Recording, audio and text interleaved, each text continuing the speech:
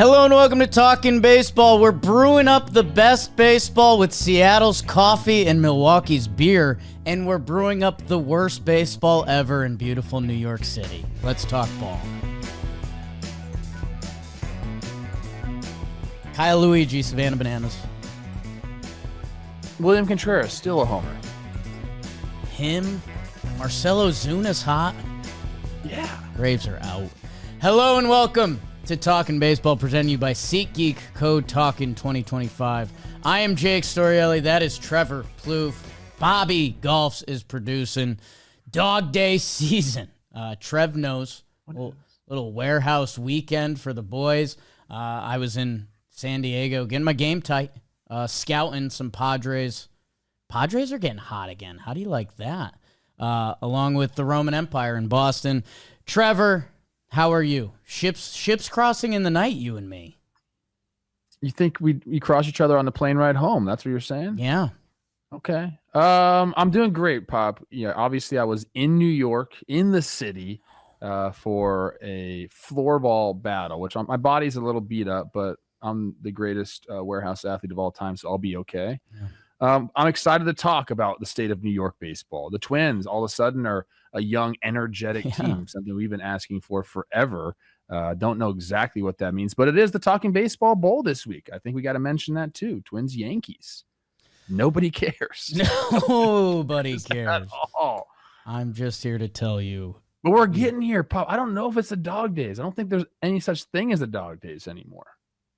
Bro, I'm out on the dog days. I'm out. Go watch a Yankees baseball game and tell me it's not the dog days. Because that's their problem. I'm out on the dog days. I think they need to be out on the dog days as well. Literally, the best chance to save their season might be hosting their first ever Bark at the Park and having an actual dog day. Because right now, everything's so bad there. Them and the New York Metropolitans, who are both barely holding on to a wild card spot. Make sure you tune into the standings later.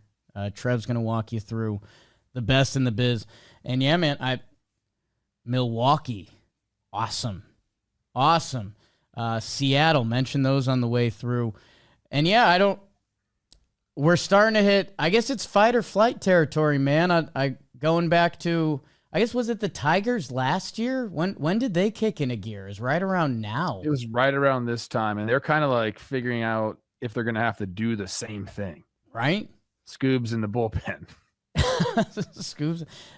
Guardians 6 games back.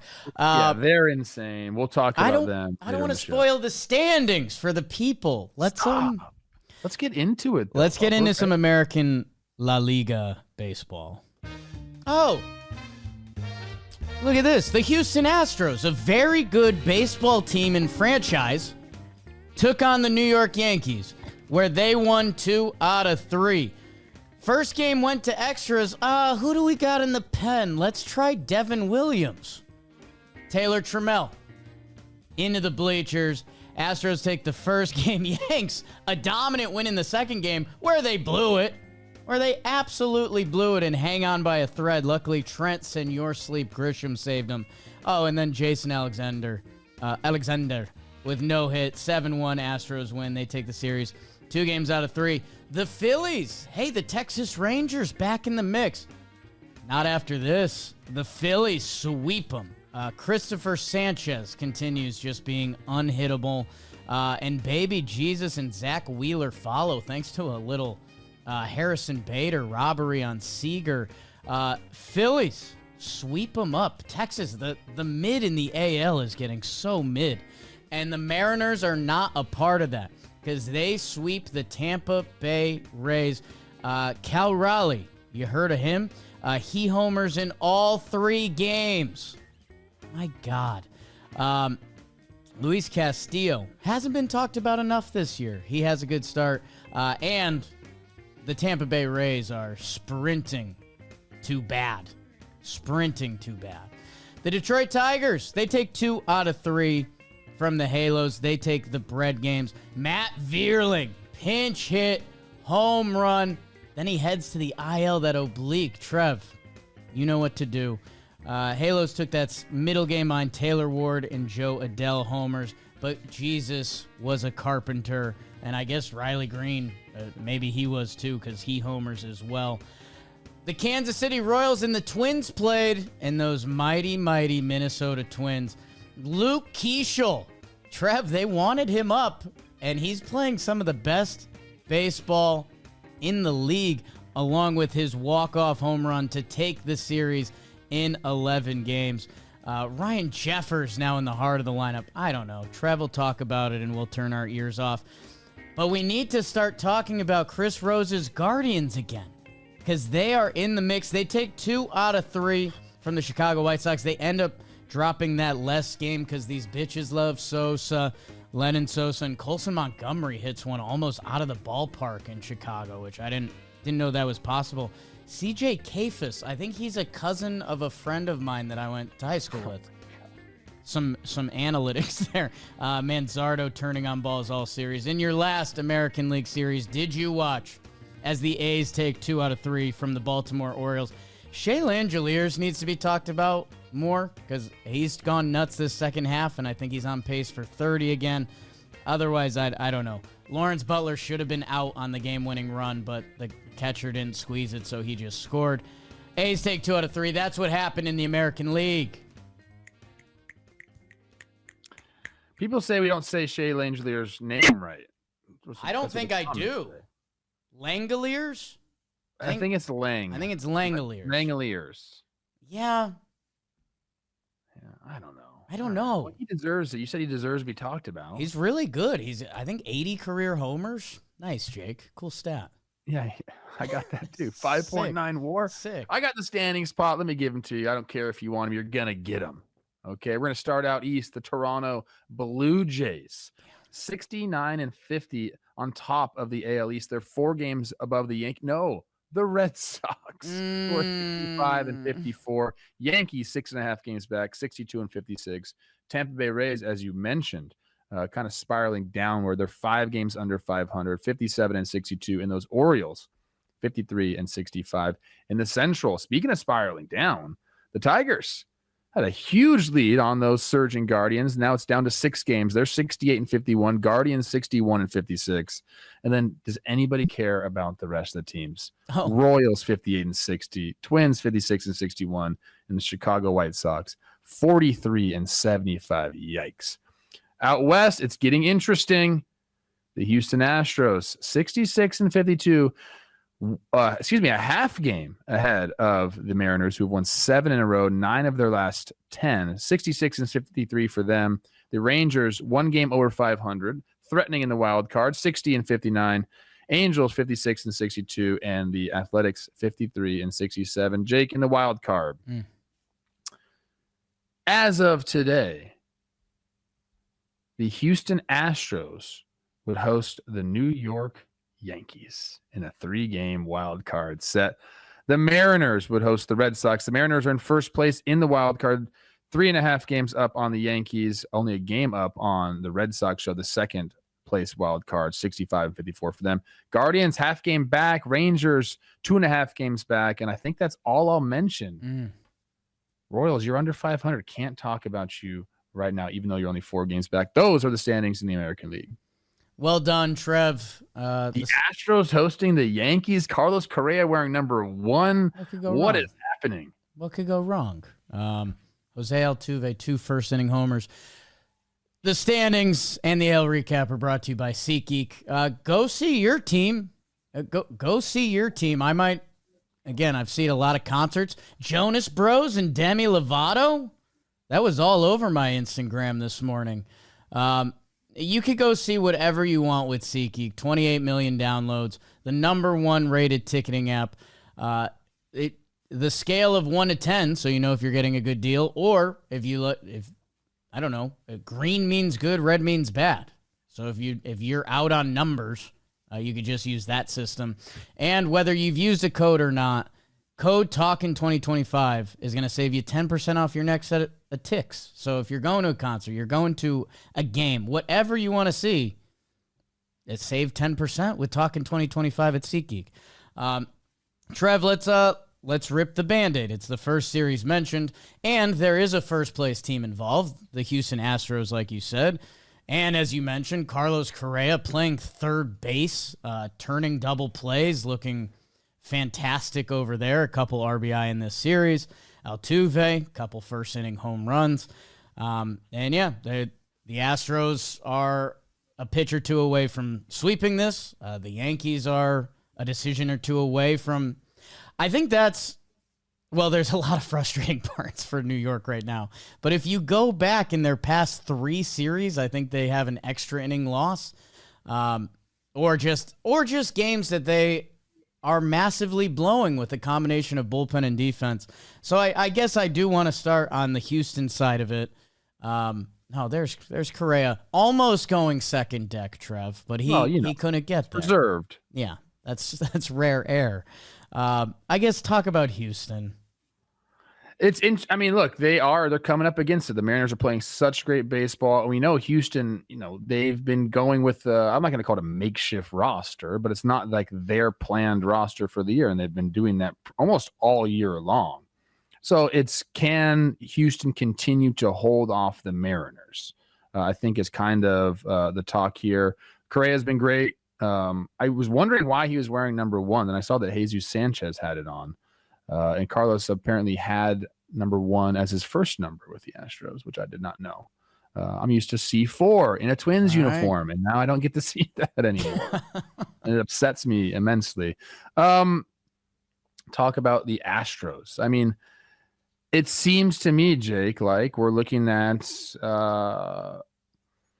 we've always given the Astros organization a ton of credit for being able to, develop baseball players, guys that can come up and get the job done in a plethora of different ways. But I think we're really seeing that more so this year than anything with the guys I've mentioned coming up and kind of just having them hold court right now, I think is a good way of putting what they're doing. I know that we just saw who's coming back for them. Javier. Yeah. Christian Javier is coming back. So we are getting trending towards being healthy. But they come into town and take care of business. I know the Yankees aren't playing well, but a series win in New York is not an easy thing to do. I don't care what time of year it is, if it's the dog days for the Yankees or not. Yeah, I think a couple things to note from this. Josh Hader goes multi-inning 36 pitches, which I'm a big believer. Like every postseason we see this, that I understand you can't regularly do it, but you should be doing it, I don't know, once a month or something like that. So when the postseason comes, you're a little more familiar with that. That was huge in them getting that first game. There's an argument Houston's 4 of their top 5 relievers are lefties, which just interesting and good for matchups. And dude, I know there's some Yordan news. He's, he continues to grind and he's taking some BP, but they're going to take it slow. Houston is so right-handed, which for these Yankees, their 2 best starters are Fried and Rodon. So if they were to match up in a 3-game playoff, it'd be a little bit of a nightmare. And those guys haven't been as good as they were the first half. And that's, a huge part of the story for the Yankees is their bullpen is worn out because their starters aren't giving length. And it just seems glaring. Judge has come back and he hasn't been judged yet. And if there's anybody you shouldn't bet against on the Yankees, it's that guy that, let him take a few games to tune up. And Joel Sherman just wrote an article on this if you're looking to get some more Yankee hate fuel going today. But the Yankees have just been fueled by these heroic individual performances going back to Judge and Soto last year, Cole, Fried the first half of the season. Like it was one of the cool stats. It was like, oh, Max Fried, the stopper, he's 10-1 in Yankees games after a loss this year. Well, now that that's changed, it's really rough. And the whole product is rough because they don't really play baseball. They just try to outslug you and hope everything else falls into place. And it hasn't for 2.5 months. I thought we were supposed to talk about the Astros. I'm glad you got that off your chest. I did. I think we didn't really talk a lot about the Astros deadline, which is, proved like, what's the word I'm looking for? Fortuitous? Fruitful? Fruitful. There's another one I'm looking for. Fortuitous. It's not a word. No, it's not a word. Definitely not. I think it might be.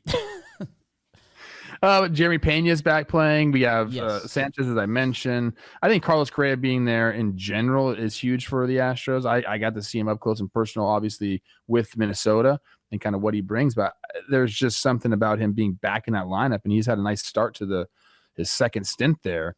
I think we have to talk about them pulling the trigger and bringing him back. I know Minnesota ate some of that money, but for them to have the foresight to go in there and hear, hey, yeah, I'd go back to Houston, and then for them to get it done, like we're going to be watching Carlos Correa in the playoffs, like hit bombs, like win games for the Astros. Like that's going to happen. So you have to give credit to them because the bullpen has been excellent all year long. Yeah. I mean, they have an argument for best bullpen in the big leagues.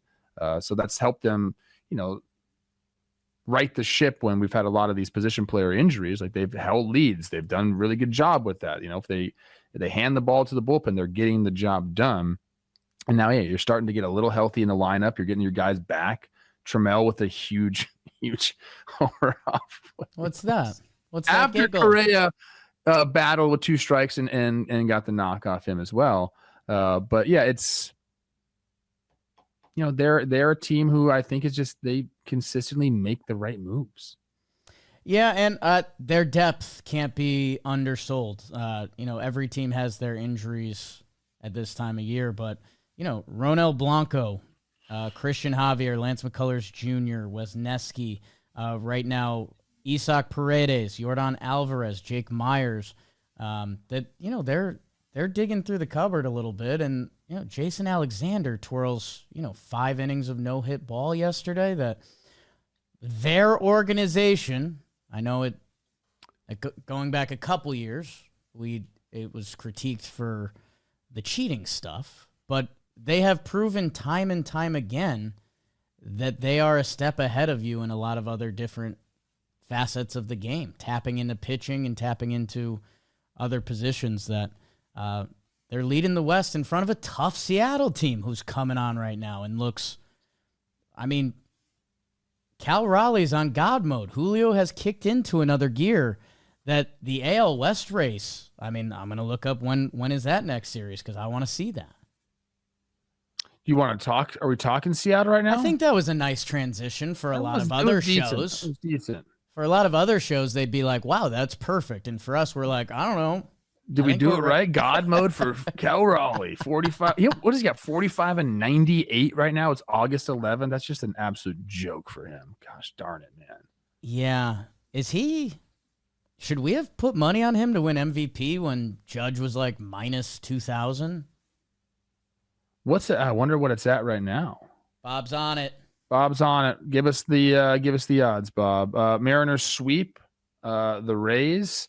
And yes, you can talk about those 2 guys you did. Cal homering in every single game. That's going to help. That helps. That help really helps. You mentioned Julio. Julio keeps getting put on all these lists. You're like, who else is on this list? He's continues to be. I think we don't ever credit him enough, and sometimes early on in the season, we're like, "Come on, Julio, like get it going," and that becomes what we say about him. In reality, like this guy is like a 5-WAR player every single year. Like let's just relax on him. Everything's going around. Putting Naylor into that lineup has changed things for me.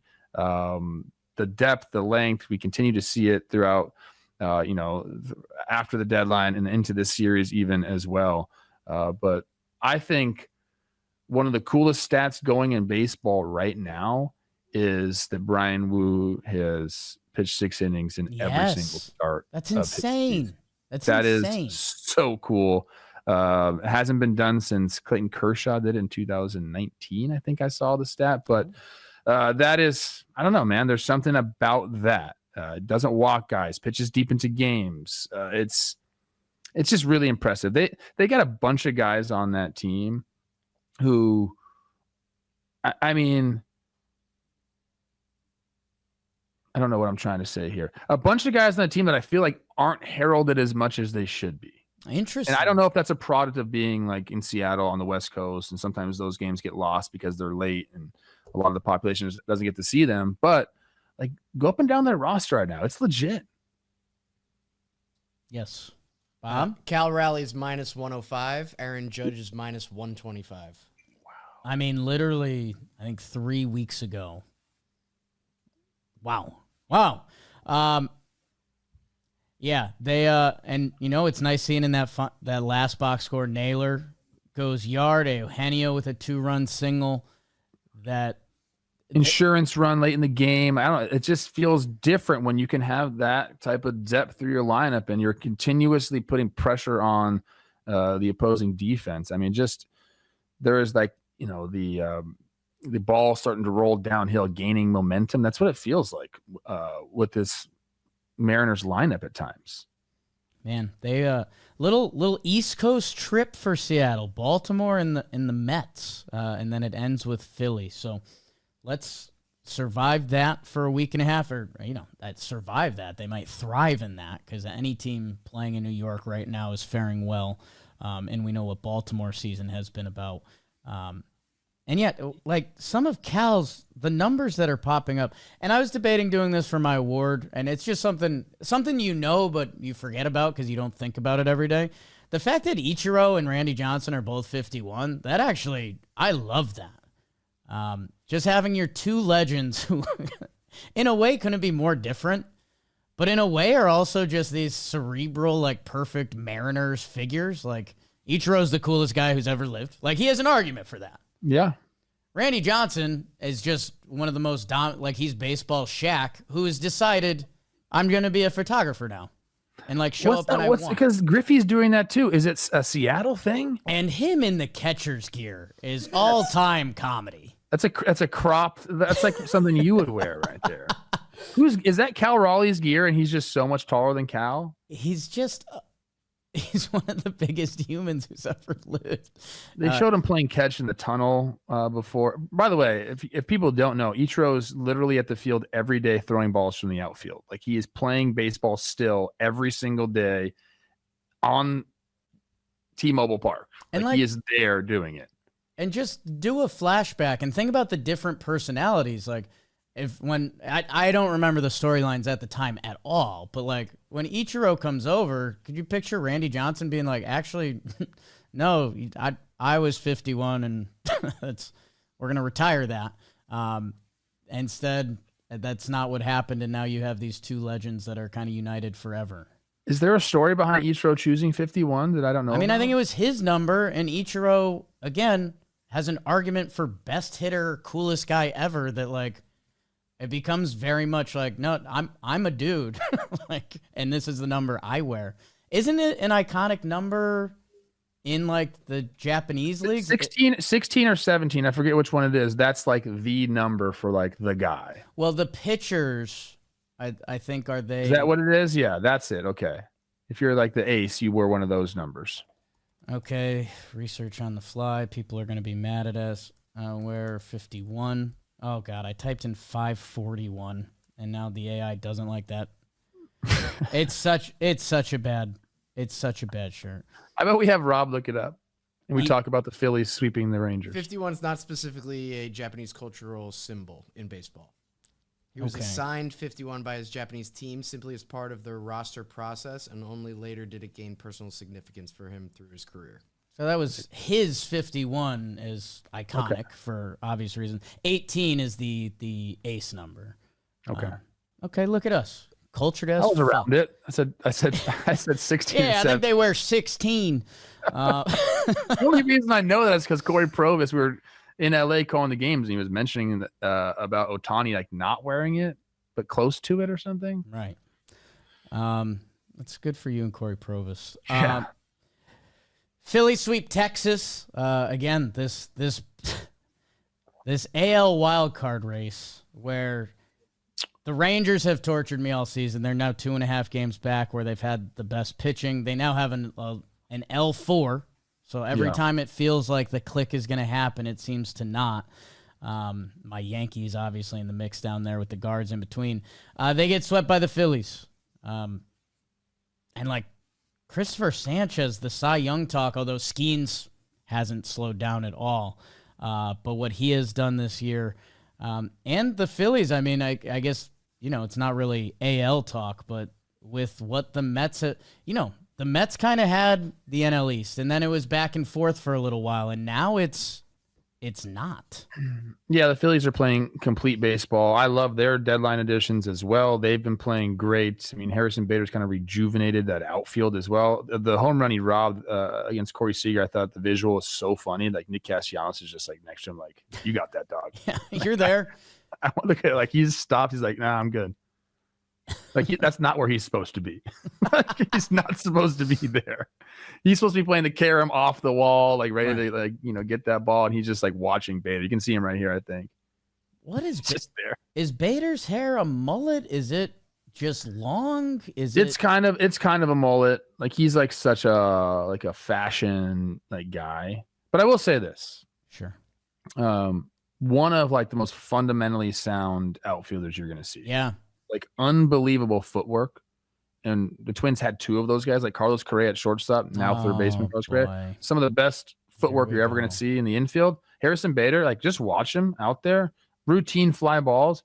Like he ain't catching them like this. No. Like he's getting behind the ball, setting up. Like it's just what he does. He's been great.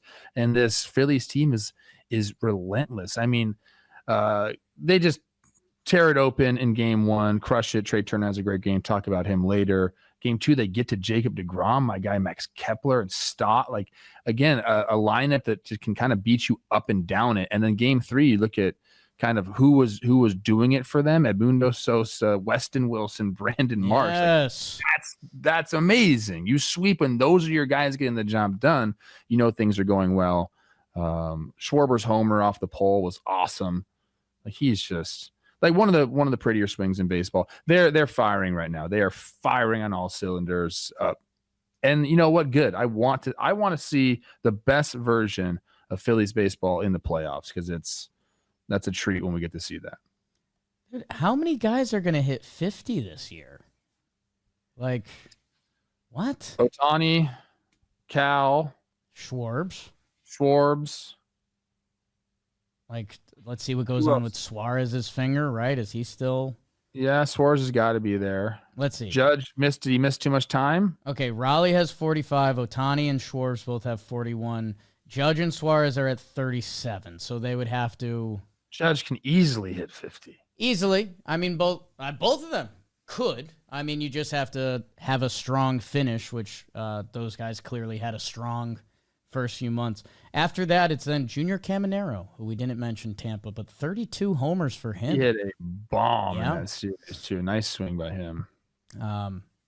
Wow.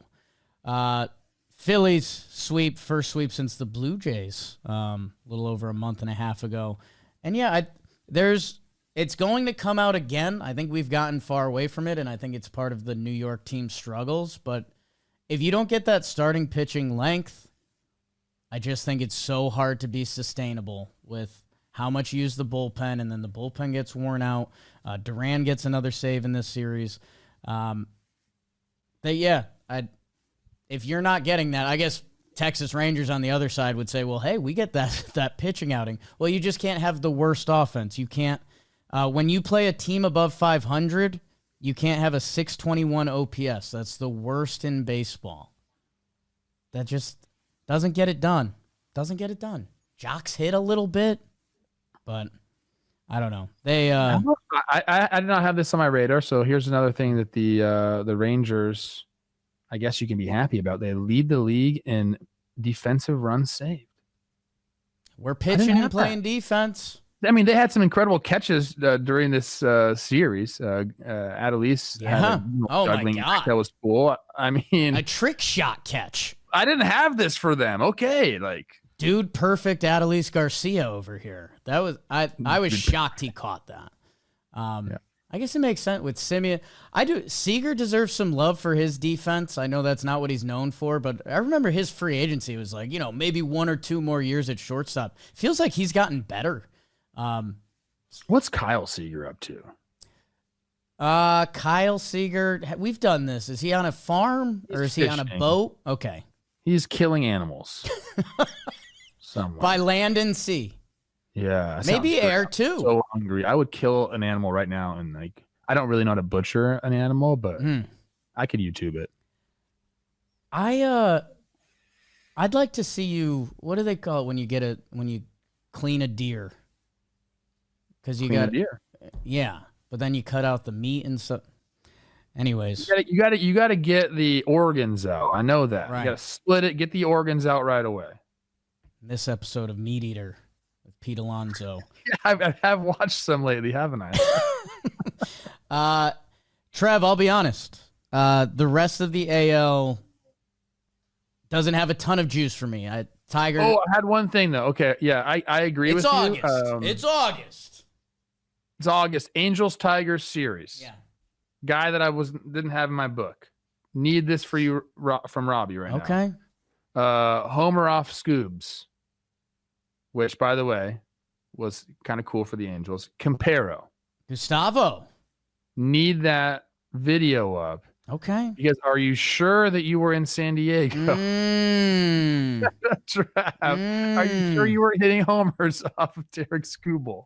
You know, you could say the same thing about the Cardinals catchers on Sunday Night Baseball. Paez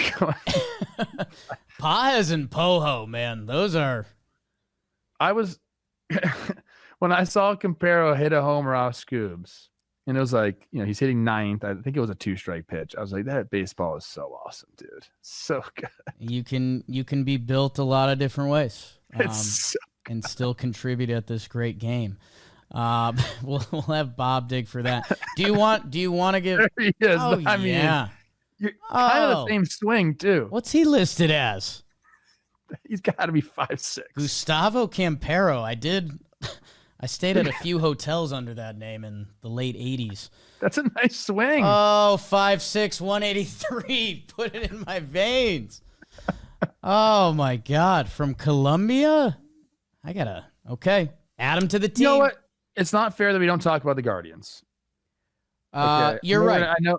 You're right. It's the White Sox, but you're right. They took 2 or 3, but they're surging. Yes. It's such a weird thing. Okay, because I talk to Chris Rose about the Guardians all the time, so I feel like I'm pretty in tune with what the freak is going on. Okay, you mentioned Kafis. Yeah. Chris Rose seems to like this guy. I'm like, this is another guy that's just like, no one's going to talk about, but he's going to have like a bunch of like clutch hits. It's going to be great.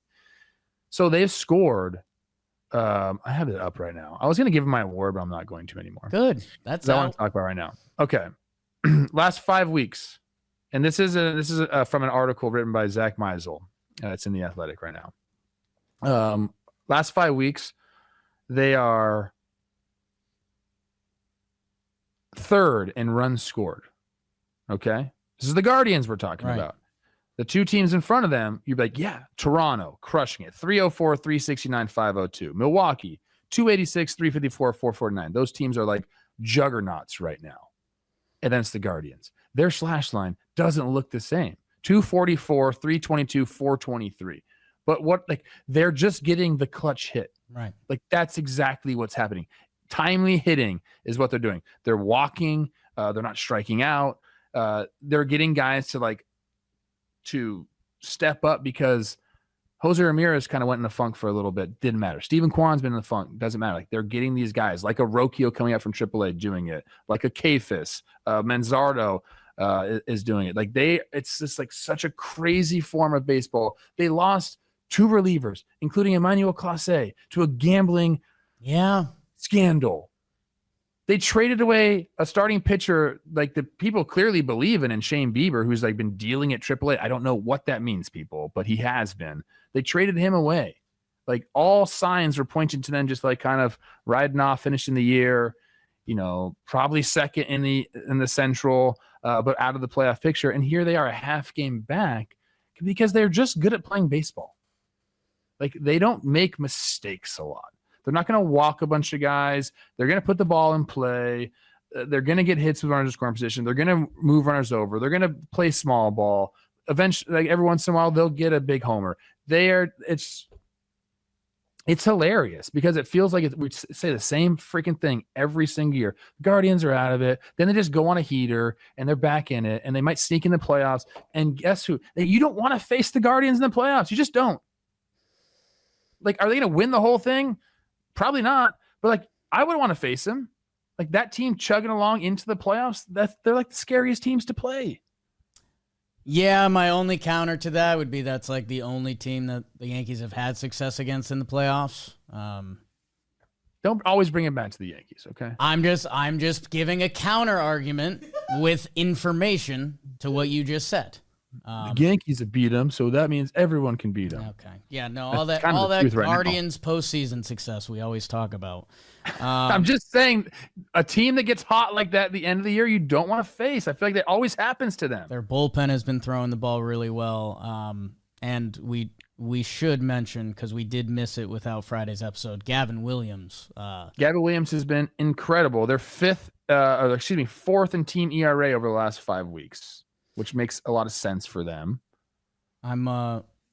I'm excited to see what the next 5 weeks have to offer us. Because, I mean, if the Guardians keep this rolling, you're right. They turn into last year's Tigers real quick. You know? Shout out Nick Enright and yes. Eric Dabrowski. Oh. Like, we love the bullpen. Golly, dude. Tim Herron got sent down, and now here's Matt Festa lighting it up. Go Guardians, man. Carlos Hernandez in that bullpen. Always liked his arm talent. Let's go to the NL before I talk more arm talent. Or you know where has arm talent? How about the Milwaukee Brewers? The best record in baseball by far, and they sweep the New York Mets. And how did it end? Oh, you know, the Isaac Collins walk-off home run. A minor league Rule 5 guy. If that's not Brewers ball. The Mets are losing a lot of baseball games while the Brewers have won 9 in a row. Trev mentioned it early. William Contreras is going off. Just a reminder, that dude finished 5th in the MVP last year. There's so much good. We need to talk about this a lot as the Mets lose their 7th straight and 11 out of 12. Cubs and Cardinals teed it up this weekend for the 200th year in a row. And the Cardinals, they take 2 out of 3 that ends on Gray Day. Some of these Sonny Gray stats. His team, when he pitches, has been the winningest in baseball. That's kind of a stat. Cubs took the second game. Matt Shaw playing really well. Mark, note that down for the postseason. Michael McGreevy, 6 shut piece after taking a liner off his chest. Good for you. Attaboy. The Padres took 2 out of 3 from the Boston Red Sox. Sox and Walker Buehler came in and shut him down on that first night. Walker Buehler's been doing that for years. But it was Padres the rest of the way. Michael King is back, and they walked him off that day. Ramon Laureano with the Baltimore chopper over third base. And then Dylan Cease and Arise and Tatis.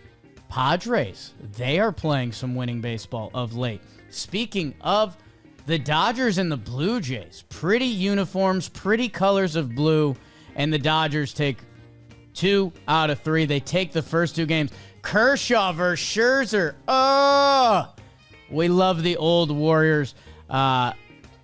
Kershaw gets the best of them, 6 innings, 1 earned run. Blake Snell is back for the Dodgers. Okay. 5 innings, 10 punchies, obviously. Blue Jays, you know Ernie Clements homering late. That's just what's going to happen. That's how they take the final game. The Braves took 4 out of 5 from the Marlins. Did you watch? Double-header day. Braves take both of them. And Marcell Ozuna is going nuts. And again, why was he not traded?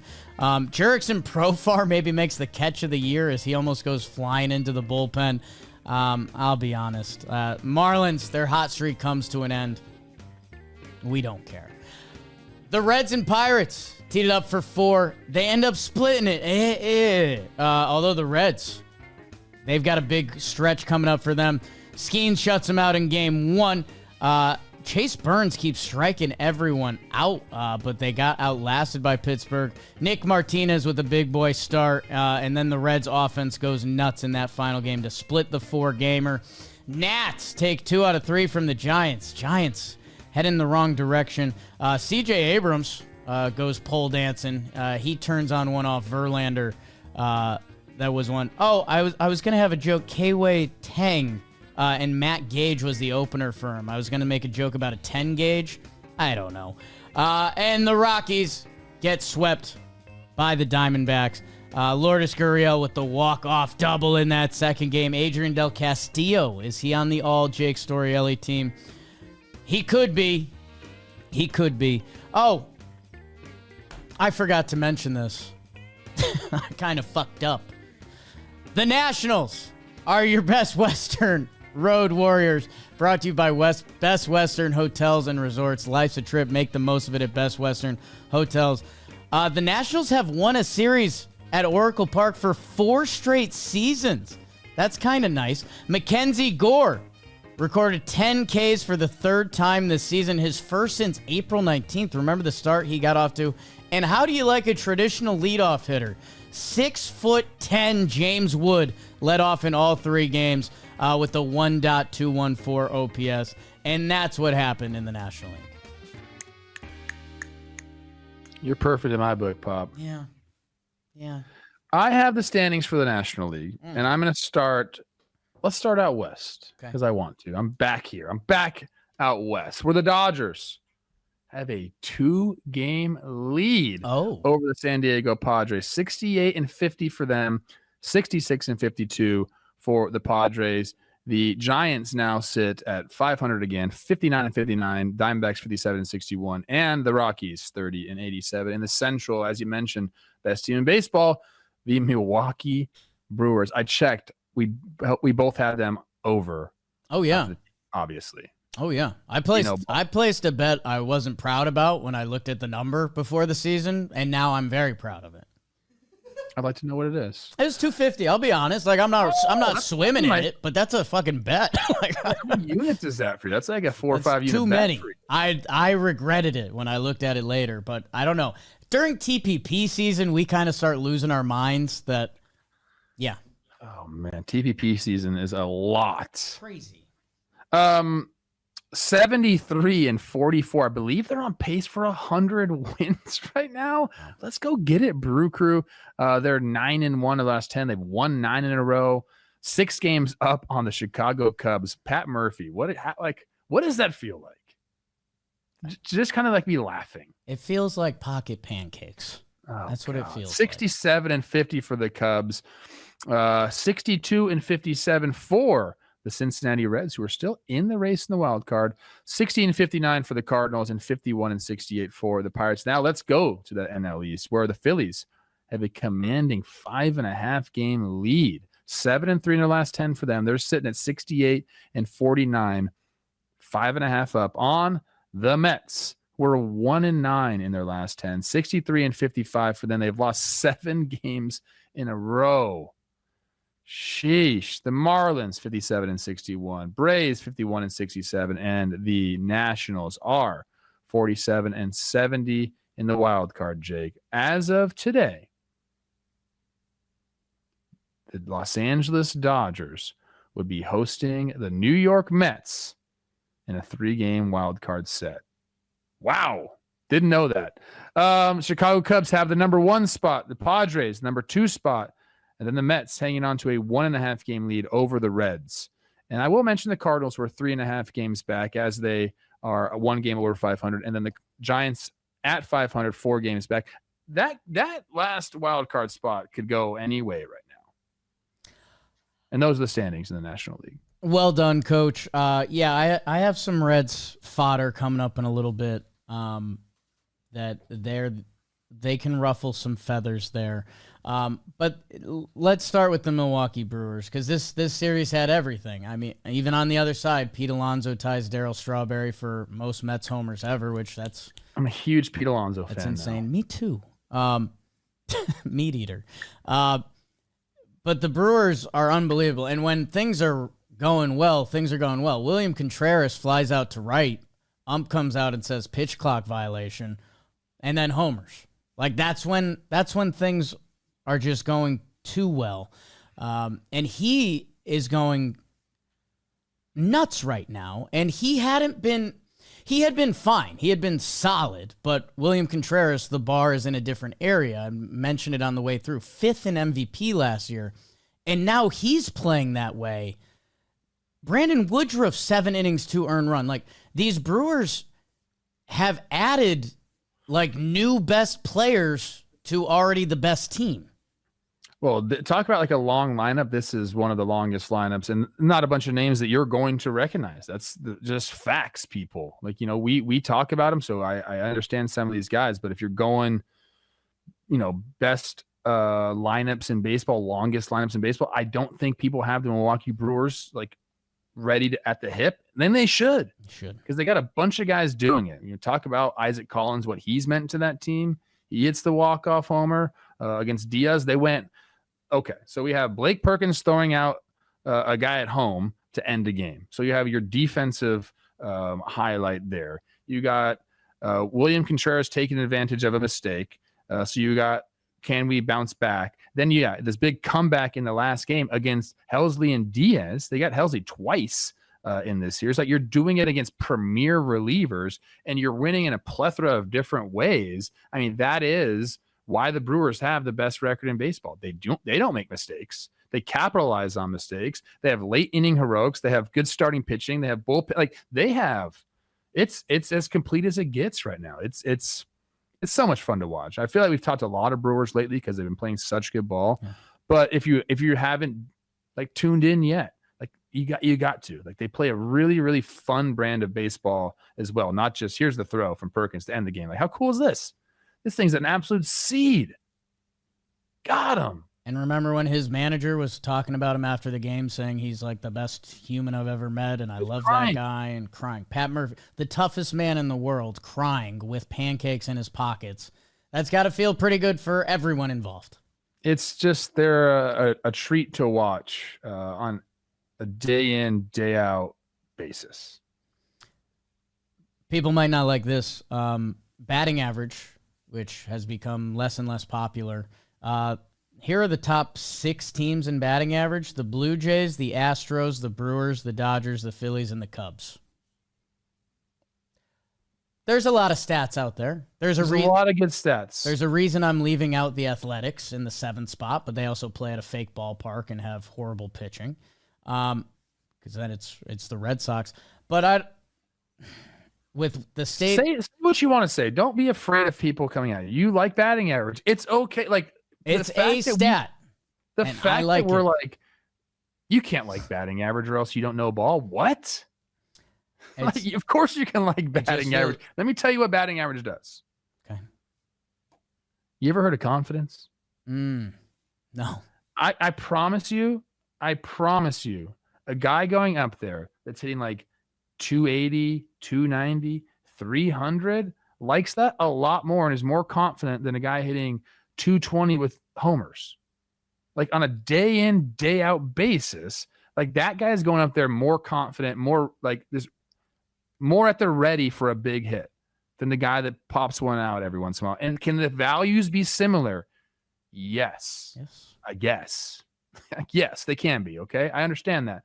But like, getting big hits, give me the team with the batting average, right? Like, does that not make sense? There's some logic to it, and the other thing I would just add is how many of these teams do we talk about them not playing great defense anymore? And if you're putting the ball in play, you're constantly putting pressure on them. And I don't know. Obviously, OPS is one of the best all-around stats, but ask a reliever coming out of the bullpen, if there's a guy with a 750 OPS and there's a 280 batting average or a 220 batting average, guess who they want to pitch to? Like, the 220 guy so easily. So that's just a normal. It's fine. Let's just put that PSA for people. It's okay to like batting average. I might make that a shirt. It's okay. Patrick. Like, it truly is. Okay, I'm done with it. Do you like what the Mets are doing lately? No, I don't. I mean, like, for the Mets fans, obviously not at all. We're just, you don't want to put yourself in a position where you're scrambling at the end of the year. I mean, this is a team that has been, I think they've probably been in the playoffs the entire year, if I had to guess. Like, firmly. The Mets are now only 8 games over 500 this season. It's the fewest games they've been above 500 since April 20th, when they were 15-7. Is there time to right the ship? Yes. Is this a very good baseball team? Yes. Does it have some flaws? Yes. Okay. Yeah, Edwin Diaz talking about he shook off Alvarez and gave up a homer, and he's like, well, I'm never going to do that again. Yeah, and I mentioned this theory before, and the other New York team has it a little bit, but since June 8th, David Peterson is the only Mets starter who's completed at least 6 innings. They have not gotten length from their starters. Their offense has gone absolutely cold. That's talk about two things that'll lead you to losing games. Starters not giving you innings and your offense not being able to put together any sort of a rally. That hurts. And you play those boys from Milwaukee right now. You mentioned offense shutting down. A notable Cubs trend, man. The Cubs, they had a 911 OPS in the month of May, which is just insanity and shouldn't be the bar. 714 in June, that was about league average. 681 in July, that was a little below. In August, a 472 OPS as a team. This was after the first game, and then they end up splitting the next two. But I don't know. The Cubs are starting to. Milwaukee's putting some space between them, and their story of their season is changing a little bit. I watched Sunday Night Baseball last night as I was coming home from New York, and a lot of the Cubs, Pete Crow, even Ian Happ, like a lot of the quick right now, like the hip is going, like they don't look comfortable at the plate, not seeing the ball.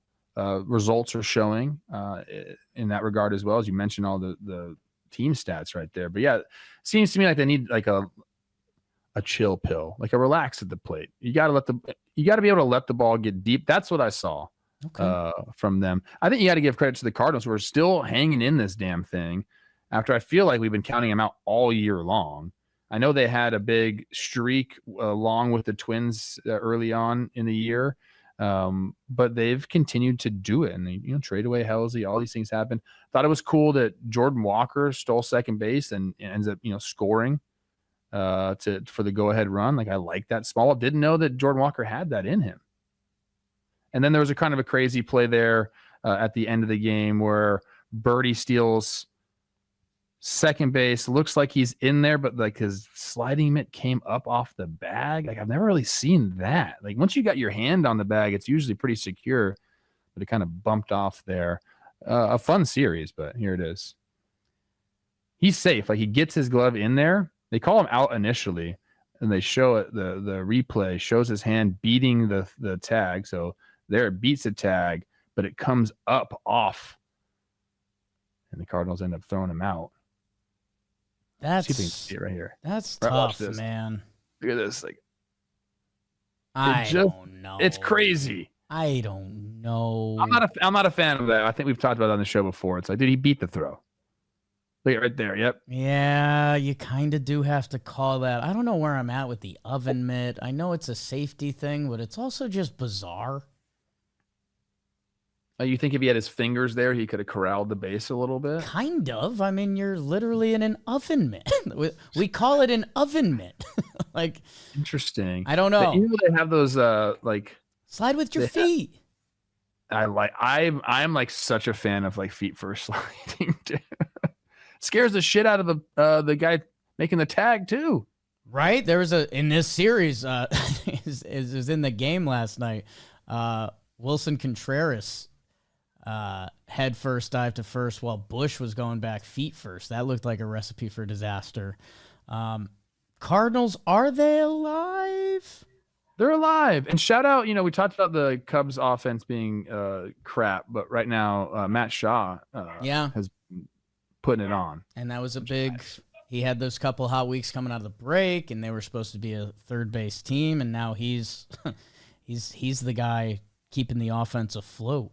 Cardinals 3.5 back, and if the Mets keep playing like that, why not? Why not, baseball? I know you shouted out Sonny Gray, but like since I played with him, I have this like, he's played for so long, and he's just like still getting it done, just getting absolute crazy swings and misses too. And he doesn't. This is what I feel about Sonny Gray. I feel like I've said this before on the show. I don't know what pitches he throws. Right. They all just like move a little bit. Yeah. There's like 10 pitches that just kind of like move just a little bit enough. You got a big breaker, great. But like every other thing, like there's nothing straight. Well, that was the other fun part of last night, and they talked about it on the broadcast. But him and Imanaga, I mean, your fastball's sitting at 91. Oh, but they know how to pitch and they locate. Like, I don't know, man. I don't need to go on another old head rant that stopped throwing the ball so hard, but there's a lot of ways to get outs. It's very cool when you can throw the ball hard. Padres take 2 out of 3 from the Red Sox, Coach Trev. And we did miss the Roman Empire. Roman Anthony gets his similar to Corbin Carroll extension that now the Red Sox have a whole lot of their young core locked up for a little while. That being said, Padres come back. Padres getting healthy. Cease, King, Pivetta, and Darvish are all active together for the first time this year. What'd you see? This is a fun series. Walker starts it off really well against. I mean, it's 2 of our favorite pitchers right there. Moxie Kings, Walker Buehler and Nick Pivetta. Walker goes 6 innings pitched, no earned runs. That's nice for them. Red Sox on like cruise to that first victory. My guy Willier still doing his thing, and the Padres with like a gritty win in game 2. Michael King comes back, kind of get to Giolito a little bit. But then the last game, Cease, I think him stepping up and putting that outing is like, that's what they need. That's what the Padres need. And it was a good series for them. I think, against Bayo, there wasn't a ton of hard hit balls in the inning. He gave up some runs, but putting the ball in play works. And yeah, like there was a great series for the Padres, and they're hot. The 2 games back of the Dodgers right now. They're getting contributions up and down the lineup. Our guy Jake Cronenworth, the big swing. Love him. Great series for the Padres. And for the Red Sox, shake it off. It's a tough place to go down and play. I don't think they played particularly bad or anything. No, after winning the first game, I think the Sox had won 8 out of 9. Padres have now won 11 out of 14 after the final game. Bogarts. Xander Bogarts swinging the stick. Yeah, he's coming through. Tatis had a couple clutch hits. I did know. We'll talk about Roman Anthony. Sure. I don't love the deal for him. I'd love the deal for him. Anytime you get a chance to have $100 million, I think it's fine. But he was going to be a free agent at 26. Right. I know it's hard to turn that down. And I guess I'd never tell anybody to turn that down because you never know what's going to happen. Correct. And that's like, he's set forever. His family's set forever. But I feel like, man, he's probably left a lot. I can't say. Yeah. I was going to say I don't like the deal. I love the deal. You like the deal. And I like the deal. But I just think about being a free agent at 26. Like what those guys have been getting. Soto just got $800 million. Right. Vladdy just signed a $500 million deal. And there's some real escalators in there for like MVP type stuff. So that number can really balloon. I think it's a great deal for the Red Sox. And I also think, happy for Roman. Yeah. I DM'd you a video. Yeah. Instagram. I was in San Diego. How come the boys didn't hit me up? I don't think they were in San Diego because that video was posted on July 15th. Okay. Don't know how it got into my feed. The computers know, man. The computers know. Instagram fed me a video of the Red Sox rookies walking into a bar with a bunch of chicks. And I was like, this is okay. When was this? Oh, July 15th. Was that the All-Star break? Why would Instagram give you that video? I have no idea. It's weird.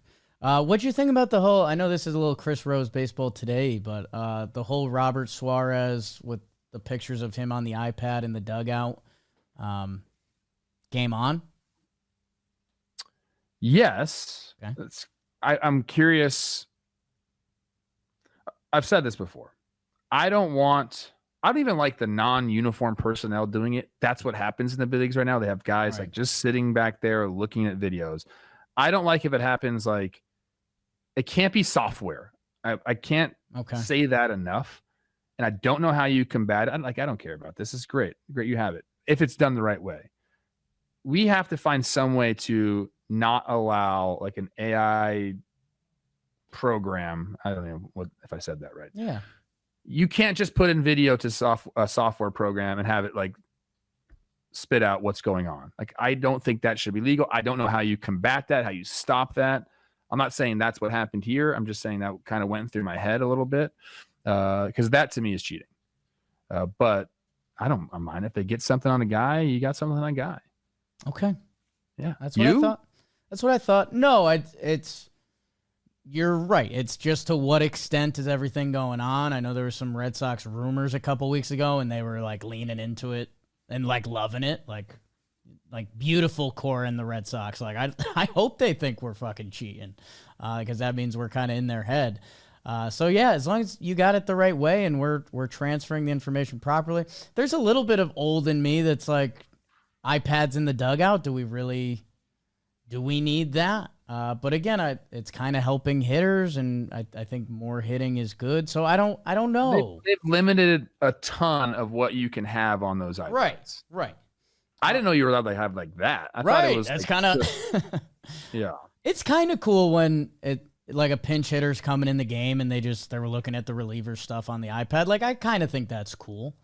I would have loved that. You would have loved that. You would have feasted. Like, you back in the day, you were racking your brain. Okay, what does this guy have? Oh, hey, this is all the pitches he has. And like, it's just nice to see it. Right. I did want to say, this is like so stupid, but to me, it meant a lot. Like, Ryan O'Hearn had a sac fly where he's like buried his nose in and like just got the job done. I believe it was that bottom seventh, game 3.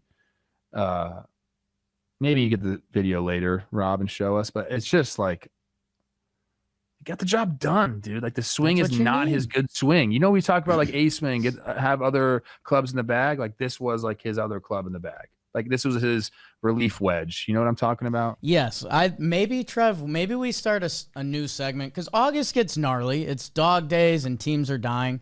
Maybe like the worst contributing swings. My guy Sajasi on the Cardinals had one that led to that. There was another guy. Someone just threw the bat head out at it, and they got a hit. And it's like 2 strikes. Bring back 2-strike approaches. I'll say it. Oh, I'll say it. look at that. Look at him bury the head right there. Got the slow-mo's even better. I like you saying everything you're saying right now. I don't know, man. I just love that. I love the swing because I know what he was trying to do, and he did it. Trev, I think the last series that has meat on the bone here are, argument for World Series favorites, the Blue Jays and the Dodgers. Dodgers head to L.A. I mentioned it on the way through. Blake Snell, 5 innings, 10 Ks. That's noted. Glasnow has a weird winless streak going on, which is absurd because the Dodgers have been a weird exercise this year, and we just talked about San Diego, and they're starting to play better ball, and they're getting healthy. The Dodgers, like Mookie Betts, the home runs are starting to come. Continue to go. It's nice. That's really good. Muncie's back, hits the homer. What he means to that lineup can't be understated. It's for the Dodgers. It's been like the bullpen, which we thought was going to be just unstoppable. It hasn't been. You saw Trinan hang a pitch there. I think he went to Vladdy, and Vesia doesn't get the job done. So I mean, a little bit of credit goes to the Blue Jays, but it's been happening all year long for the Dodgers in that bullpen. I know they've dealt with injuries and they've thrown more innings than any bullpen in baseball, but this was supposed to be one of their calling cards and just really hasn't been for them. That's something to watch as we approach October. Dodgers, they don't want to be in a wild card set. Like, no team does. Like, and we expected the Dodgers. We talked about them ruining baseball. We didn't, but people were talking about that with the roster that they put. And now we're talking about them being in a freaking wild card series. Yeah. So like, next time this happens, when a team goes out and gets a free agent and you're not happy about it, don't say like they're ruining baseball. Look at what's happening right now in the game. So stop with that. Stop it.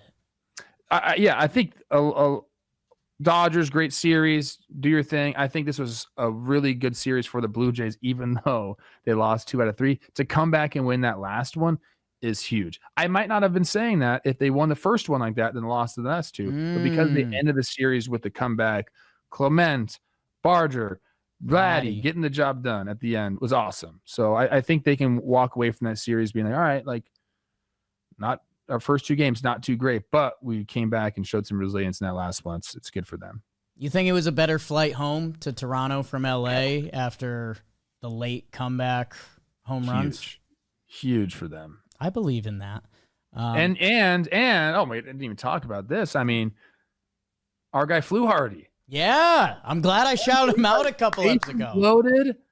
He's 1 gross. out. Shohei Ohtani, like 10 pitch at bat. Ohtani looked horrible that entire at bat. He was ass out swing. I couldn't believe it. That was a strike. They didn't call that one. They were pissed about that. He went for sure. Schneider seems to agree. He was pissed. Schneider. The guy next to him, he was fired up the whole game. Who is that guy? That's crazy. He looks like a baseball lifer. Fluharty comes in, ends up striking Ohtani out, and then gets. Did he get Betts as well, or did somebody else come in and get him? Mookie Betts. I forget. Hoffman came in and walked 5 guys, but got the win. That's the first time in MLB history that's happened. Yeah. So you never know what you're going to see at the ballpark. God, they used 8 pitchers yesterday. That was awesome. Yeah, there it is. Yep. But the Ohtani Fluharty at bat was cool. Fluharty's got funk, man. Sometimes pitchers you could tell guys that something about his legs and his arm and how that ball comes out. It's got the funk. Okay, let's go on to standout performances. It's time for Standout Performances. Standout Performances. This guy stood out for Trev. Say what? Standout performances are brought to you by BetterHelp. Workplace stress is now one of the top causes of declining mental health, with 61% of the global workforce experience higher than normal levels of stress. To battle stress, most of us can't wave goodbye to work, but we can start small with a focus on wellness. Something as simple as getting some sun while playing catch can make a big difference. BetterHelp. This show is sponsored by BetterHelp, the world's largest online therapy platform. Served over 5 million people globally. It's convenient. Find a therapist, switch therapists. It's all at the click of a button. It provides access to mental health professionals with a diverse variety of expertise. Unwind from work with BetterHelp. Our listeners get 10% off their first month at BetterHelp.com/TalkinBaseball. That's BetterHelp, HELP.com/TalkinBaseball. Where to, boss? I don't love my standout performer today. I mean, I actually really love him. Oh. But I think I probably should have went somewhere else. But I'm going Trey Turner. Wow. Game 1 on Friday, goes 2 for 4, double, homer, 5 runs driven in, basically wins the game offensively by himself. And he hasn't been playing that well on that offensive side as of late. So it's good to see him kind of get going. And his swing is just so pure. That's what got me. I watched those swings, and when he pulls the hands in, he's got that long finish there. I don't know. There's just something about Trey Turner. I have something for him. So I'll go there. Second one, can I give like a 1B? Yeah, absolutely. Carlos Santana still doing it for the Guardians. Like still getting big hits, still turning on the baseball from the left side. On Friday as well, he went 2 for 4 runs driven in. They got it off Savale. Early in the game, and Carlos Santana was a big part of that. So I'll give 1A, 1B right there.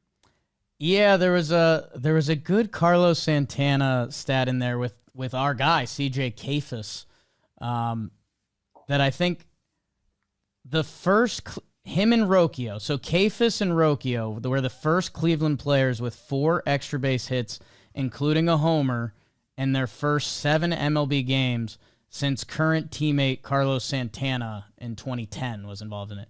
2010. Okay. It's 2025. Not a joke.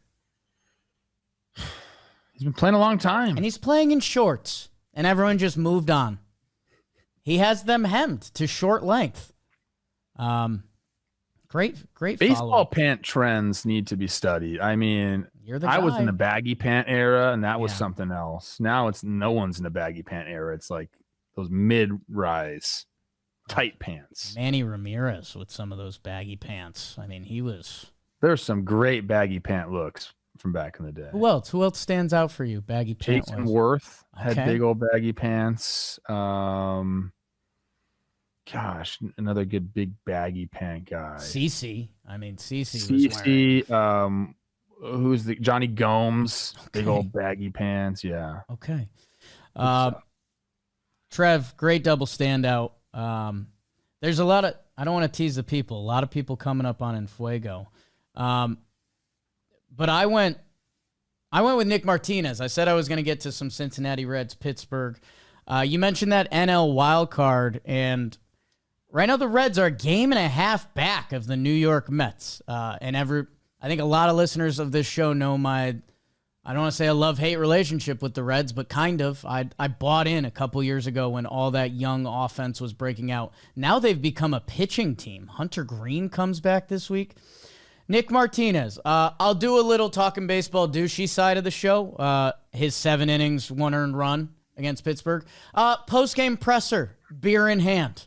I saw that. Little throwback to the Trevor Plouffe days of playing baseball. Like, yeah, I had a good start. That doesn't happen like very much at all anymore. Everyone's like healthy and playing Fortnite or whatever. Nick Martinez, the hairline's going on him. He doesn't care. Is it? Oh, no, it's better than I thought. I'm sorry. That was a bad angle for a second. He just got a cut. He's got a summer cut. Bro. No, that's great. Fordham product. We love that. Getting his money pitching later in life. He got that QO last year. And Trev, I just like that, and I forget, I might have given him a standout or an award recently, but Tito's been moving him around. In this era of we treat pitchers like babies, you know this better than anyone. You've been the number one person fighting against it. This hasn't been Nick Martinez's dream season. He had a 3.1 ERA last year. He's at 4.49 this year. Now that has gotten skewed by 2 absolute duds. He's got a 10 earned run and a 7 earned run. That if you take that out, it's not too bad. But there's been twice this year that Tito has used him out of the bullpen just to get through. He did that. His last appearance before this start was 2.1, 2 earnings, not great against the Cubbies. Bounces back with 7 innings, and he might be out of the rotation. Hunter Green's coming back. And right now, again, this Cincinnati team, I understand, and I've been there. There's a reason you can fall in love with this team. Andrew Abbott, Brady Singer, Chase Burns can't stop striking guys out. They traded for Zach Littell, and if Hunter Green comes back, I get it. A big stopper start for them in that series to help salvage it and get back to a split against Pittsburgh where you don't want that, but you'd rather that than lose the series. And they just have a big week coming up. They have Philly and Milwaukee at home. Let's see. I love the pieces in Cincinnati, and I want to believe my guy Miguel Andujar turning on balls. Why not? Big start by Nick Martinez. And yeah, I got suckered in by the post-game beer. I'm into it. I mean, I love that pitching staff. Might be one of my favorite pitching staffs in all of baseball. When they're all healthy and going like that. And I'll say this about our guy Chase Burns. This is a hater coming right now. Fantastic. I was interested to see how he was going to do. There's a lot of videos out there of him. I believe is Wake Forest, correct? Yeah. Dealing and just, the college guys, they get crazy. Right. They do a lot of things. He was always screaming. And I was like, you can't do that in pro ball. And he hasn't. I saw a little bit of it in his last start. We started to feel it. I feel like maybe he's getting real comfortable because he's striking a lot of people out. He's had some tough starts, but some really good ones as well. I'm a fan of his. I'm in. As much as I wanted to be a hater, I can't. When I see a guy like that, make the adjustment and just basically, he's got the stuff to be like. He's got the stuff to be an ace. How many aces do the fucking Reds have? Okay, if we want to genuinely do this, insane. Chase Burns is very young. He was second pick in the draft, right? So he obviously has that potential. talent. Yes. Hunter Green. Yeah, he is an ace. And Andrew Abbott's been better than Andrew Abbott's been an ace, which is maybe you don't think so because he doesn't throw hard, but his numbers will suggest that he is an ace. And yeah, this stat is a very good one from the doc today. Chase Burns has struck out 10 or more in 4 of his last 5. The 5th start was the Speedway Series rain push start. So that is elite. That's on a list. He joined Fernando Valenzuela and Bob Feller as the only major leaguer since 1893 with 10 or more in 4 of their first 8 starts. Bob, go back to that video you just had up. You see it just at the end. He wanted to go nuclear. His college ball is showing. Let's see. Strikes out O'Neal Cruz. There it is. Yeah, that's fine. We can have a little yell. There was a really cool play. Did it end the game when I think it did? It ended the game when Ellie caught the liner and threw to Steer to get O'Neal Cruz. Ellie. A little double play to end it. A little bounce pass. Pretty cool. I don't know. Shout out the Reds. I want the Reds to be good. This is a big week for them. Phillies, Brewers. This is a big week. Yeah. And it's always a big week. There's Ellie. Jesus. I mean, it's almost safer for him to bounce pass it instead of throwing 100.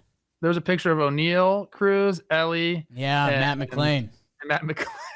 And he's just like, what the fuck? That was that's tough. Baseball's the best. Baseball's the best. Shout out 5'8" Matt McClain. Then just getting goofed on. He is. They're probably like, what's up, little guy? Does it get cooler than I mean, not to be rude to Matt McClain. Does it get cooler than Ellie and O'Neal Cruz? No. I mean, my goodness. I forget if we mentioned it. O'Neal Cruz rolling into, I think we were at the CAA party at All-Star Game, and he was just in the tracksuit, just being the king of the weekend. Like, okay. I'm looking up something right now real quick. Okay, interested in that. Because I love baseball so much. Let's, while you look that up. He's okay. I was going to say, how many homers does Matt McClain have compared to those two? He's got 11 homers. Ellie's got 19. A little bit more at bats, but. Let's do some Corona and Fuego. Dirt nasties on Fuego. That means I'm on fire, baby. Like Waco. And Fuego is brought to you by Corona, the official cerveza of Talkin' Baseball. We'll start out with Marcell Ozuna. Marcell Ozuna, 6 for 15. 4 homers, though, 8 runs driven in. He's crushed the Marlins. 333, 368, 833 in 9 games versus them this year. He's also crushing it over his past 12 games. William Contreras, we talked about him a bunch. 4 for 9 in the series with 3 homers and 5 runs driven in. Jose Altuve went into New York like he always does. He hits everywhere, people, not just Yankee Stadium. 6 for 11, 2 homers, 5 runs driven in. He became the 11th player whose primary position, Jake, is second base to reach 250 career homers. Pretty nuts. Another guy that's like, 5'6", and he hits homers, and he's amazing. How can you not root for Jose Altuve? I get there's some people that still hang on to that. He didn't use the system. Well, I got to keep saying it. Yeah. Okay. Yankees fans. I don't like that. Brenton Doyle went 5 for 11, 2 homers and 4 runs driven in. Shout out. You're on in Fuego. Not sure how that one snuck in there. For the week, Josh Naylor talked about him. He went 7 for 14, 2 doubles, 3 homers, 5 runs driven in. Also 5 stolen bases. The first player in MLB history with 4 or more home runs and 10 or more stolen bases in his first 15 games with a franchise. What? Guess Josh Naylor's stolen base total on the year. I don't know. 15? 22. Oh, my gosh. Josh Naylor. Just a refrigerator running around the beaches? Listed 5'10", 235. Pick him up and put him down. Insane. Isaac Collins from Minnesota, baby. Let's go. We love our own. 10 for 21 for the week. 2 doubles, a triple, 2 homers. His first career walk-off hit was that walk-off homer. It's his first career walk-off homer in any level of play. So congratulations. There's no better feeling than that. Very, very happy for our guy Isaac Collins. And also Minnesota, Luke Keyshaw. He's coming back. I believe he had TJ, then he broke his wrist. Kyle Hendricks broke his wrist early on in the season. He comes back, and he's been incredible to start his big league career. 10 for 22 and during the week, 3 doubles, 2 homers, 10 runs driven in. He also hit the walk-off homer. Little oppo side Johnny in target field. Not easy to do. He's reached base in 12 straight games to start his career. Carlos Correa, number 1, 12 for 25, 2 doubles, a homer, 5 runs driven in. He has 5 straight multi-hit games. He's got an 8-game hitting streak since his offer in his Astros debut. He's been awesome, man. A lot of respect for that guy. Yankees fans hate me right now because I'm giving credit to Carlos Correa and Jose Altuve. Deal with it, people. Ernie Clement, one of the better stories of the year. 12 for 30 for him, 2 doubles, a triple, and 3 home runs. He's been going off for them. Big clutch hitting for our guy Ernie Clement. And that's who's in Fuego. Well done, Coach Trev. It was a great in Fuego this week. It kind of stepped on our toes a little bit for Standout, if I'm being honest, because those guys are really in Fuego. And you know what? Also, on Isaac Collins, okay, 5'8", my king. When he hit the walk-off, the look on his face is kind of like, I know I hit a walk-off, but no way I just hit a walk-off, right? A little hanging slider from Dion. Just like full extension, got it. Like, I think I just hit a walk-off homer. They're so crazy. I am more so the guys who are struggling. Hey, man. Get into that, yeah. Struggling lately. It's time to pick it up. Again, the goal here is to get them off of this list into and Fuego. Dylan Carlson, this one is tough. 0 for 33. That'll start to wear on a man. Rooting for you, Dylan. Dane Myers, a 2 for 27. If you go out to his last 50, the numbers get even worse. Sorry. Sean Murphy, there was kind of fake trade rumors. By the way, Drake Baldwin is hitting a lot. 3 for 34. That's an 088. Yipes. Nathaniel Lowe, a guy that thought was going to get traded, maybe. He's in a 4 for 35. Having the worst season of his career. That's tough. Austin Hayes, 6 for 45 for Cincinnati. Hasn't homered since his 2-homer game on July 18th. Ain't that baseball. Hey, let's get you boys off the struggling list. Let's get you to Fuego. We'll see you there soon. And then things get even worse because we head over to the IL. Colton Cowser, Moo, in Baltimore. Concussion IL. We're waiting for the timeline on him. Midnight Johnny DeLuca, 4 weeks with a hammy potentially. Logan Henderson for Milwaukee, right elbow inflammation. We talked about him a lot last episode. Tyler O'Neill in Baltimore, right wrist for a couple of weeks. They're going to be cautious because of his previous injury history, sure. Luis Severino for the A's, left oblique. He's had some of that in the past. They'll be careful about that. And then how do you like your versatile guys? Ahmed Rosario for the Yanks and Matt Vierling with that oblique for Detroit. Send the text, Trev. But we have guys coming back. Like we mentioned, Christian Javier supposed to be coming back tonight for Houston. Michael King came back for the Fathers. Ryan Mountcastle for Baltimore. Shelby Miller now in Milwaukee. Just what they needed, another weapon. And Jake Berger in Texas. Let's give out some awards. Well, thanks, Kels. Awards are brought to us by DraftKings. Today's episode sponsored by DraftKings. And it's all baseball right now, people. The playoff chase is on, and you can get in on the action with the DraftKings Sportsbook. There's no better time to jump in with our friends over at DraftKings. Right now, new customers who bet $5 get $200 in bonus bets instantly. New customers, use our promo code JMBaseball. That's JMBaseball. Bet $5 on any wager, get $200 in bonus bets instantly, only at the DraftKings Sportsbook. Trev? First of all, Kelsey, I got to see her over the weekend. Shout out. She's 8 episodes behind Talking Okay, Baseball. she's So catching what up. I wanted to do was let's put this in to see if she actually catches up. Kels, if you listen to this, you got to text Jake, I'm finally caught up. Okay. If she doesn't text you that, we know she's not. Well, if she stays like 8 episodes behind, she wouldn't be fully caught up. She'd be caught up to this. I'm curious Okay. when, she gets caught up. Okay, I got you. Yeah. All right. So I pivoted from my award. Pivot. And I have one that's like perfect for this. I'm calling it the I Told You So award. Jake, I have my guys. Right. My guys who I'm like, listen, put this guy on your team. He's going to make you better.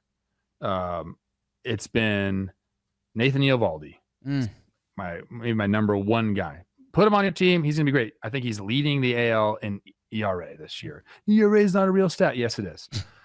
Sorry, it really is.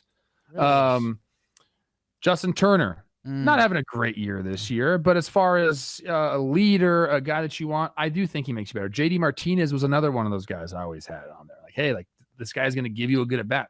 Go sign him. It costs nothing. At the very worst, he's a coach that can help your young players. He's been around some of the best to ever do it. Put this guy on. The other guy that I've always talked about, David Robertson.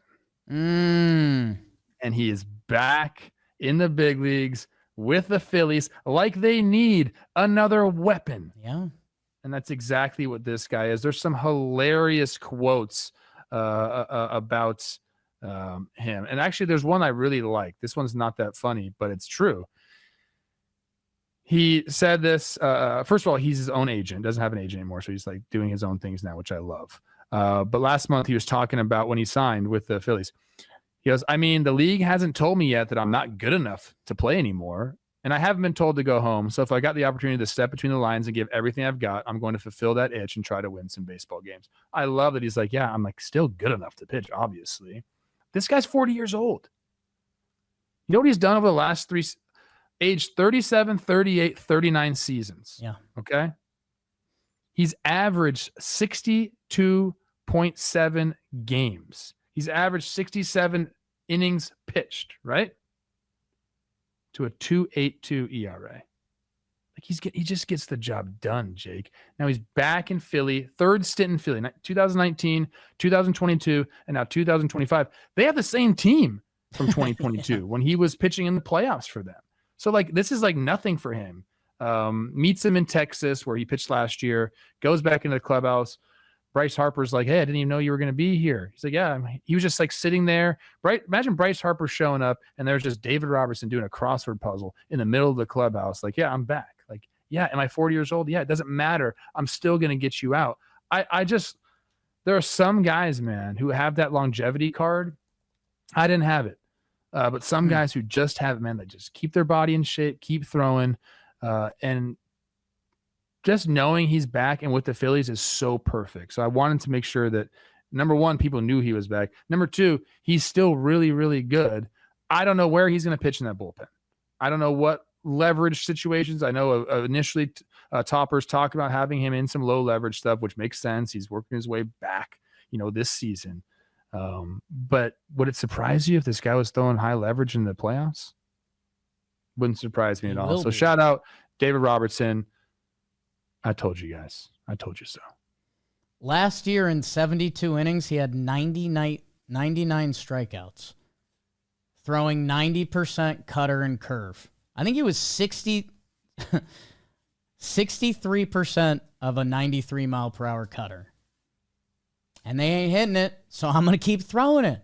God, he's filthy, dude. I'm telling you. I know his game has changed a little bit. He used to throw that ball at the bottom of the zone that just looked like it was going to be a ball the entire time and then would just stick at the bottom of the zone for a strike. And, I don't know. He's good. He just knows how to pitch. Knowing how to pitch matters. Good award, Trev. I'll Chris Rose us. I'll give out the Seeing is Believing award. because Trev, we see a lot of stuff on the baseball field. Isaac Collins saw his first walk-off this weekend. Yeah. And I have highlighted every short king that performed this weekend because I am short. And that's just the facts of it. I came to grips with that a few years back. Trev, we saw some firsts around baseball every day. That's the old baseball saying, right? We saw a first that mattered a little more. We saw the first female umpire in Jen Powell. And, hey, let's be honest, we make a lot of jokes on this show. Her first pitch getting called that looked like a ball, she called it a strike. Guess what? She's like every other umpire that's ever they all do existed. that. Every single one. I told you, I got mad. I was moving and grooving the past couple days that I saw Andrew Kittredge had an immaculate inning, which I flip-flop on that. Sometimes I think it's impressive. Sometimes I don't. Very impressive. Right, but his first pitch was called a strike, and it was a ball. So, was it an immaculate inning? It was, because that's what went down. I remember a few years back, Vanderbilt, go Doors, they had female kicker, Sarah Fuller. And there was a lot of commentary around that was like, hey, we got the first. Jen Powell go down as the first. She won't go down as the last. I think we had some female umpires in the stands celebrating her. And yeah, hey, if I'm gonna go around and masquerade and celebrate every short person that does something good on a baseball field, well, there's a lot of female baseball fans out there that are looking for more representation. And I'll tell you what, from what I've seen from every umpire I've ever seen, I know damn well a female can do that job. So congrats to Jen. And I know, not to get actual super sappy at the end, but, we've hired Swilly works here now that we've had on Talkin Baseball and a lot of Jam Baseball videos. And there's been comments on those videos that are like, my daughter loves seeing Swilly in anything because you got to see it to believe it a little bit. And Jen Powell didn't. She didn't see it, but now people have seen her. So congrats. Is that what you say? Yeah, of course, congrats. It's awesome. Yeah, and Chris Guccione, who's on her squad, I believe he's the crew chief. He had some really awesome words in the press conference about his daughter, looking up to her and seeing it. And I've said this before, representation matters. Like you're saying, being able to see something and saying, okay, I can do that too. That matters. It truly, truly does. So I'm very stoked for Jen. It's awesome, man. Love that. Good for the game. Good for the game. She a short king though? Short queen? Ooh, interesting. Jen Powell height. Didn't think we'd end there. And what's a short queen? Because a short king is 5'8" and under. A short queen's got to be 5'3" and under. I'll let the people comment. I don't feel like I should be the authority on that. Okay. Maybe I should be. I don't know. Livia's 5'3", and I don't know if I consider her a short queen. I don't consider Liv a short queen. She says she has a tall presence. Wow. Wow. Jen Powell, I believe, according to this, is 5'4". She can't be a short queen. That's not a short queen. That's pretty good average height. I tried to lump her in there. 5'1", 5'2". Comment below. We haven't asked for any baseball comments today, so you tell us your thoughts on height. Thank you guys. It's good to be back. It's Dog Day season. We'll see you with the midweek. Maybe we get a little funk going on in there. Good to be back, baby. Let's talk ball. Stink. Jake sucks.